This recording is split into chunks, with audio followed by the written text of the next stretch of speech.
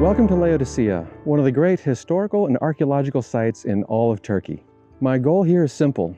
I wish to explore the area with my camera like I always do, but I'm also very interested in the biblical implications that are going to be uncovered here, as well as trying to figure out how can we apply these items to today.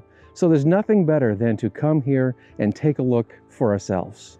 There's a lot of things that have happened over time. Of course, an archaeological site like this, you're going to find things that are from super ancient history to something that's, well, we'll say a little more modern. Basically, this site ranges from the neighborhood of the 1st century BC to about the 7th century AD. My interests are in the 1st century AD because this is when John wrote the book of Revelation and included Laodicea as one of the churches that he wrote a letter to. Well, I should say Christ wrote the letter through John in the book of Revelation, chapter 3. It's likely that this happened sometime between, 81 to 96 AD, because that's roughly the time when John was exiled on the island of Patmos. And because of this, all the changes that have happened, even sites like what we're at right now in the Agora and other places with different churches and different things like that, there's just going to be things that don't specifically apply to the 1st century, and that's okay. We're going to take a look at the site broadly, but spiritually, I'm going to be focusing on those elements that pertain to the letter to the church in Revelation. And finally, of course, I need to give credit where credit is due. I'm using 3 primary sources of information for this particular set of videos that I'm doing now, and I will likely expand that because I also have a sabbatical coming up in about a year's time, where I'm going to be able to look at the other churches and the island of Patmos in as much detail or more detail than what I'm looking at Laodicea here today. So the 3 resources that I'm primarily using are Revelation of Jesus Christ, 2nd edition by Ranko Stefanovic, the letters to the 7 churches of Asia in their local setting by Colin, and a guide to biblical sites in Greece and Turkey by Clyde, Fant, and Mitchell, Reddish. And for sure, I cannot forget to thank the Faculty Development Committee at my school. I'm a teacher, of course, and I was awarded a faculty development grant to make this whole thing possible. So thank you for that, and thank you, of course. I'm going to, like I said, have a sabbatical in the future, and I'll be able to do even more of these. So let's get back to this topic at hand, and that is to take some photos here at this awesome location and hopefully uncover a new understanding for what these things meant at the time and, of course, could mean to us today. So I'm starting here in one of the agoras. There are 4 agoras here at Laodicea. The agora is the marketplace, and the marketplace speaks to the idea that Laodicea was a fairly well-off city. They were financially independent, largely, and we have some historic evidence of that, and there's nothing like the agora to help illustrate what that would be about. This particular agora is right on the main street that's called Syria Street here. And as you walk into the site, this is the first thing that you see, this Syria Street. You come down in the neighborhood of, 500 meters or so, and you come out to this agora. It's on the south side of Syria Street. So this is the place where business was done. Things were sold, products were traded, and of course, travelers going to and fro would come through this area. Laodicea was on a major trade route, so they had people all the time coming from out of town on their way from one place to the next. And so this became a little bit of a banking center as well. There is some archaeological evidence that shows that during the time frame of roughly 60 AD, so a little before and a little after, I'm using that as an anchor because that's when an earthquake, a major earthquake, really severely damaged the city. They were the only ones, Laodicea were the only ones during that time to continue minting their own coins. And at that time in 60 AD, when they had that earthquake, Rome offered to help rebuild. And the Laodiceans refused because basically they wanted to do it themselves. They were proud of their accomplishments, and they wanted to do it themselves. Personally, I really like that idea myself. I like the idea of being self-sufficient. I like the idea that they didn't rely on this outside source of assistance in this case. But that also just points to the spiritual condition of the people as well. So let's take a look at a few of these locations here in the Agora, and let's take a few photographs while we're here. In shooting a place like this, initially you can probably think, well, what's there really to look at? I suppose it just all depends on what is interesting to you. In this particular shot, I'm getting this structure that is, well, it's just sitting here on the ground, but what I'm really loving about it is all of these details that are coming through in the carving. And I always love to touch these things a little bit as well because it's so rough. I mean, this is a really rough surface. You could strike a match on it, I'm sure. And it's really been interesting too. These things are all over the place. These snail shells. This is something I did not expect to see. But then we have the other one that's up on the pedestal. Of course, these in the original time, they would have been set high. They would have been lining the area. This whole area would have been with all these columns and just surrounding this whole place. That would have been so cool. This whole colonnade of all these columns and all these friezes going around. That would have been really cool to see. But of course, this is what we have here today. This has not been reconstructed. Some of these other locations we'll see have undergone some reconstruction. They also have some piles of other, I don't know if I want to call it debris, but just other rock and the like. I tend to stay away from those. It's these carved pieces that are just really cool.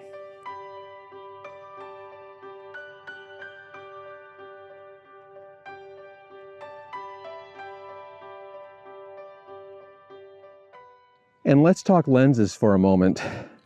I brought along with me, I rented this shift lens. What this allows me to do is photograph an object like we have here, this column, without allowing it to feel like it's falling over backwards. If I were to just simply tilt the camera up to get that, if I want a nice low angle, but still get that, then I'm gonna have this distortion. This allows me to not have that distortion. So let's take a few pictures now and I'll show you what I mean. So let's take a look what I mean by this. I took 3 shots with this lens. The first one is just as we would treat it like a normal, where it's kind of aimed up and all that other good stuff. The column is falling backwards a little bit. Then I set it so that the camera is coming straight across, and you can see I still get the column in the frame. It's just really tight up against the top. So I then shifted, and that's where the column is nice and straight. And then I shifted the lens and brought some extra headroom into what that's doing is that's causing the lens to just come out of alignment with itself basically, and it's allowing it to grab the things up top and not so much down below while keeping that item straight up and down. Now this column, according to the sign that's here, would originally have had some type of monument to a deity like God, something along those lines. It also made a reference to the Christian church. So that would be after the Christian church was accepted in the Roman Empire and of course would be flourishing. This would not have been erected in the 1st century as a Christian monument. I can't imagine that would be the case. But still, this is one thing that they did reconstruct. They did put it back together. There was an earthquake in the 7th century, like the early 600s, mid 600s. And so they're rebuilding some items that they find and able to do some work here. So work is ongoing here in Laodicea. And as you come, in another year or two, it's going to look a little different because things are continuing to be restored and continuing to be uncovered as well as they continue their archaeological finds. So as I mentioned, Laodicea was a fairly wealthy city, and the Agora here just kind of helps exemplify that idea.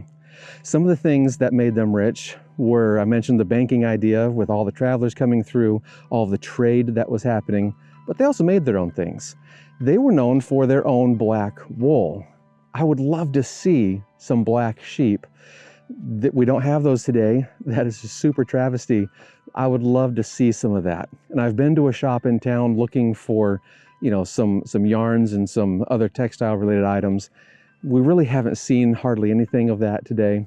So that notion is lost to history. But for them to have their own specific, special black wool that they bred these sheep, that made them special, and it was desirable to have that wool. So this sense of wealth, this idea of, I guess, political independence or financial independence, some type of independence anyway. This is what Christ was talking about when he had John write these words in Revelation 3:17 and 18. And of course, I'm only focusing on a little bit at a time here. I'm not going to read the whole letter just yet. And I'm reading from the New Living Translation. And it says, "You say I am rich. I have everything I want. I don't need a thing. And you don't realize that you are wretched and miserable and poor and blind and naked." Then he goes on in verse 18, "So I advise you to buy gold from me, gold that has been purified by fire. Then you will be rich. Also buy white garments from me, so you will not be shamed by your nakedness, and ointment for your eyes, so that you will be able to see."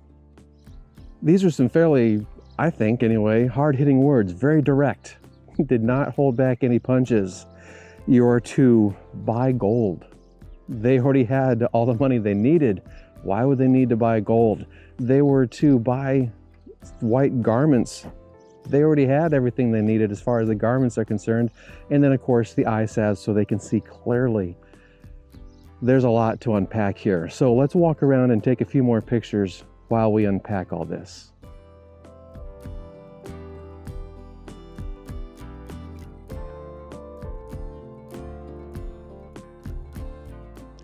I'm here at the entrance to the central baths to just take a look at a little bit of what life would have been like. The sign says that this bath dates back to about the 2nd century, so this would have been just after John writes the letter to the church. And we have here an amazing structure. What I love about these ancient times, the Romans were such excellent engineers.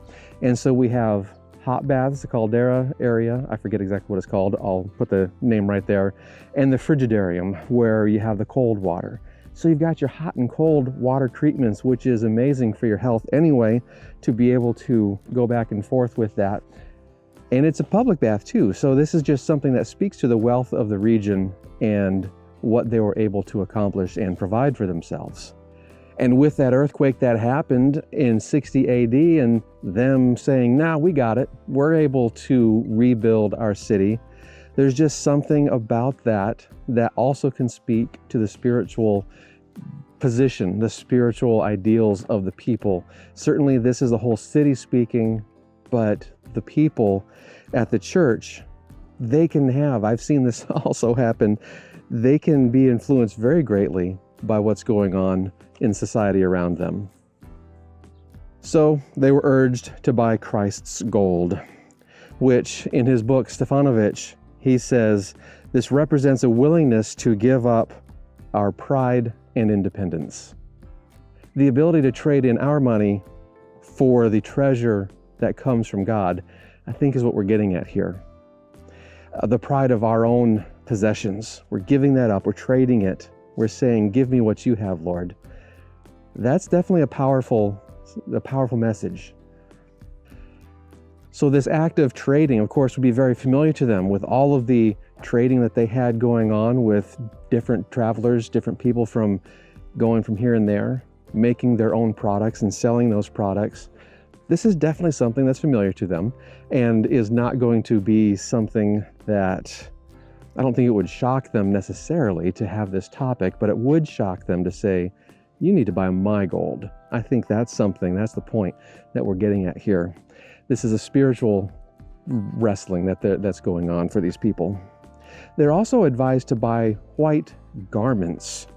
They made their black wool. They made many different textiles out of this black wool. Up in Hierapolis, behind me over there, they had a purple wool that they were known for. So buying white garments, what's that about? Stefanovic points out that this notion of white garments, this brings along the idea of pointing out the righteous deeds of the saints. So it is about, I guess we could say it is a little bit about works. And so Christ is speaking to the works that the people are doing. How is it that they're doing their works? What is the reason behind their works? But it's about covering yourself with Christ's righteousness. And as you can read later on in the book of Revelation, They are also a symbol of salvation and right standing. So the people in Laodicea, they certainly would have been able to have access to the whole letter, the whole book of Revelation. And so they would have been able to then make this reference. When we see this other reference to white garments, certainly some of them would have been back saying, well, hey, we were told we should buy these white garments. It's about the symbol of salvation and right standing before the Lord. I went through that entrance of the central baths area and came up here to this area that overlooks the Agora. This is really nice because we can see that column. We can see the walls where the porticos would have been, the extra columns along the entire backside and across the sides here. And as we take a look at this place, we can see everything, whether it's Syria Street going beyond to the other temples and things beyond over yonder. And there's just a lot to see from this vantage point. This is a really cool vantage point here. We're going to explore this central bath area just a little bit further because there's some really cool stuff, at least it looks like it might be cool over here. Let's take a look. The other day when I was here, I did not get to this area, so this is all brand new to me.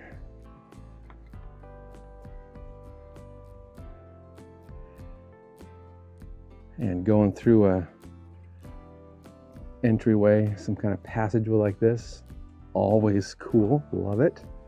Ooh, take a look at that. Oh, wow.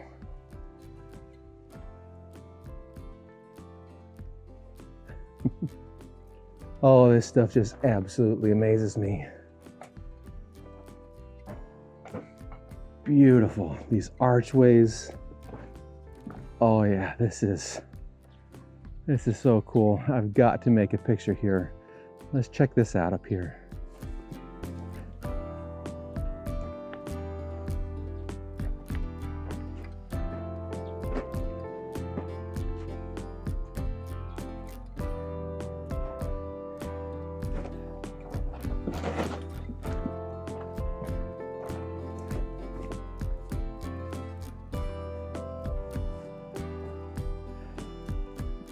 It may take me a few minutes, but I'm going to find a picture or two in this space.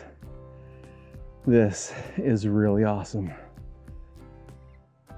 Probably these archways.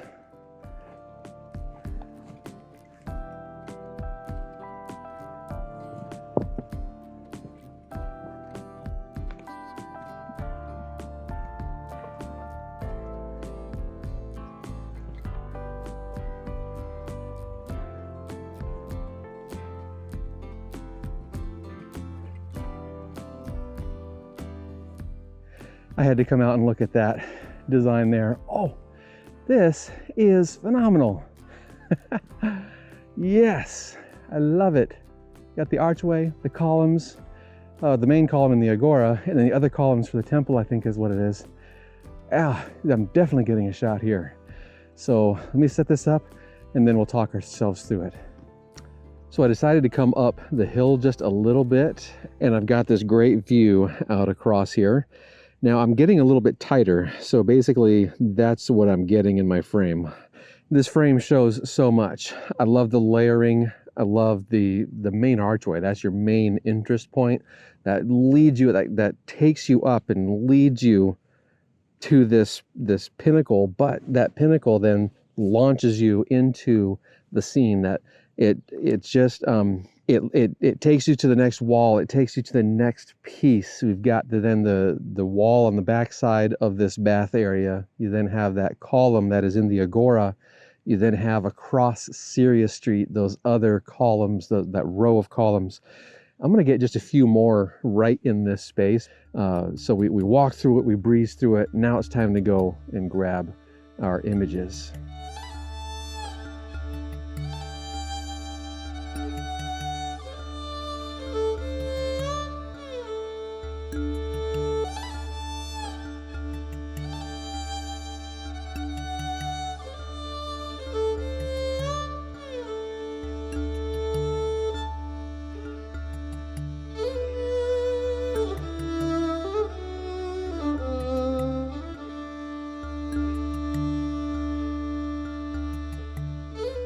Let's get back to our topic at hand of taking a look at the Laodiceans and what this message to the church meant for them. They were advised to buy the gold, and they were advised to buy the white garments, and of course we'll get to the eye salve in a moment. But in short, to sum it all up, they were called to do the exact opposite of what they were used to doing, what was normal to them. This is something that I think we're all called to do, really, is what can feel normal might not be the right thing that we should be doing. We should be taking a look at what is right and what is just and make sure we're doing that. And with the Laodiceans, they were known for being a little bit, I guess, lackadaisical. It might be the best way to put it, in their spiritual walk. And so this is their call that says, what you're doing is not working, and it's time to think about doing something else. And what that's all about is accepting the invitation that Christ is offering to cover our sin-centered spiritual nakedness. Now, that last thing that they were told to buy, some eye salve so that they could see clearly, that is very interesting to me. It's probably one of the most important things, because being able to see clearly most certainly is important. And so if you want to think of it in a spiritual sense, that's also very important. So we have these things about the money, we have these things about clothing and things like that, but here it's just like, this is for you to see clearly. I think of the song, I can see clearly now, the rain is gone. Anyway, so Colin in his local setting book, he notes that Laodicea had a medical school. And one of those founders of that medical school was an ophthalmologist, and he was trained at the school that is close to what is present-day Istanbul. So it was a fairly well-known place. It was a little bit prestigious. So they had the money, they had the textile trades, they had the medical school, all of these things leading to a fairly prestigious location out here in the Lycus Valley, what was called the Lycus River. And so with this medical school, of course, brought about a lot of ideas of health, and things are going in the right direction as it relates to our overall physical needs. Everything is being attended to, or at least able to be worked on. That's certainly good stuff.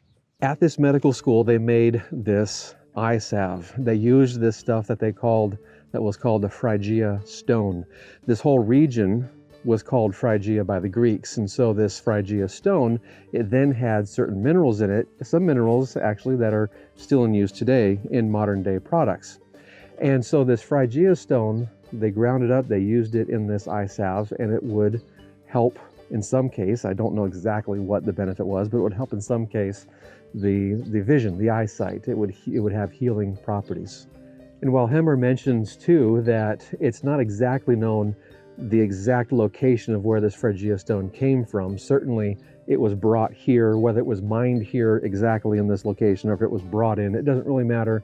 This location, Laodicea, became known for this eye salve.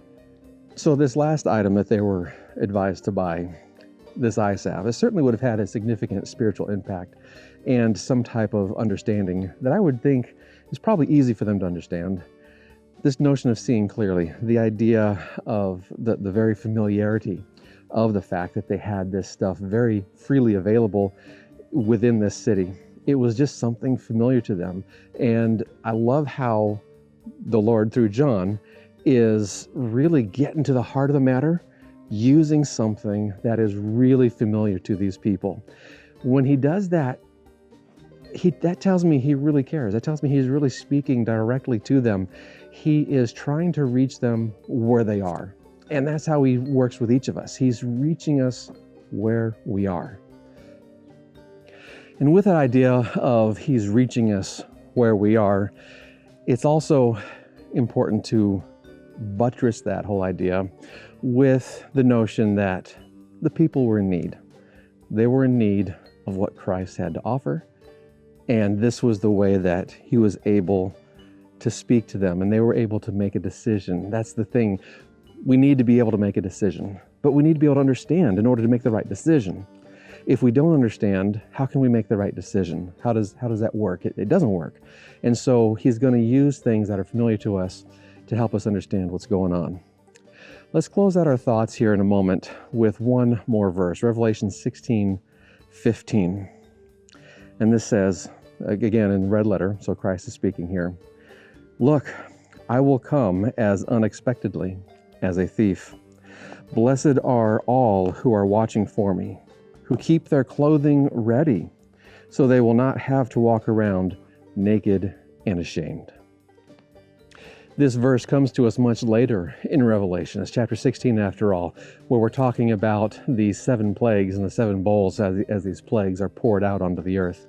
And then we have this interruption where he's saying that he's going to come as unexpectedly as a thief. I like how in each of these things that are mentioned in this particular verse, each of the items that we just talked about with Laodicea are addressed. The notion that I'm going to come as unexpectedly as a thief. Well, a thief, what does a thief do? He's looking to steal. What does he steal? Well, he steals valuable things like money. They were advised to buy gold. This is a type of gold that cannot be stolen. It then says, blessed are those who are keeping watch. Well, you have to be able to see clearly in order to keep watch. And that's what the eye salve is about. That's what the spiritual eye salve is about, to be able to see clearly and keep watch for what's happening.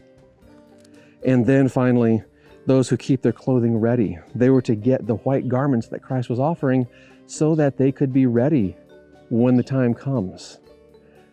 It's so packed, it's so strong and so clear to me that these are the types of things we need to be watching out for. These are the types of things that if we are like Laodicea and we are, what's the word I'm looking for? Complacent in our walk, we're in trouble.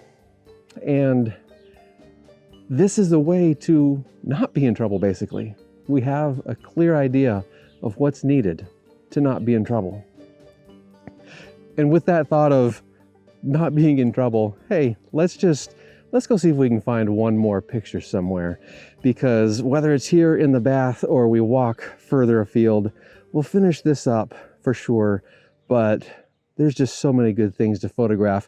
And as we photograph, I'm convinced, I know for myself and I think for you as well, I'm going to be able to learn a little more. It's going to be able to sink in a little more deeply because I'm able to see and be a little more connected to the people of the time, because we're being able to see exactly, well, as best as possible given the degradation of time and such, but we're able to see a good idea of what life was like for them and how life was lived.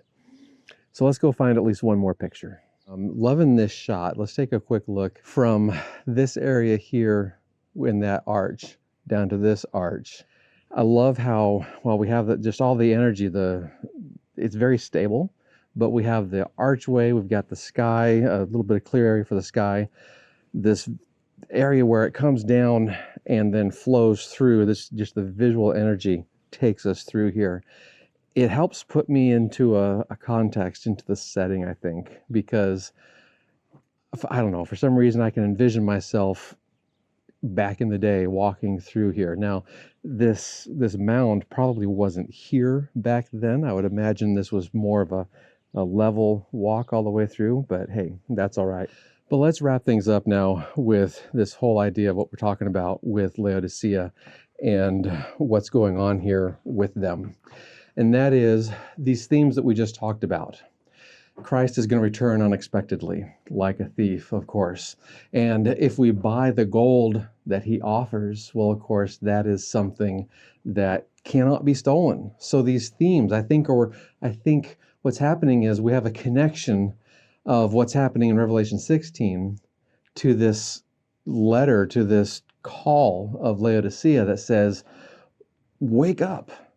Smell the roses, kind of a thing, and I see this direct connection anyway of what's going to happen here at the end, just before the Lord returns, but then also with what the status of the church at Laodicea was all about too. There's this distinct connection for us to be thinking about.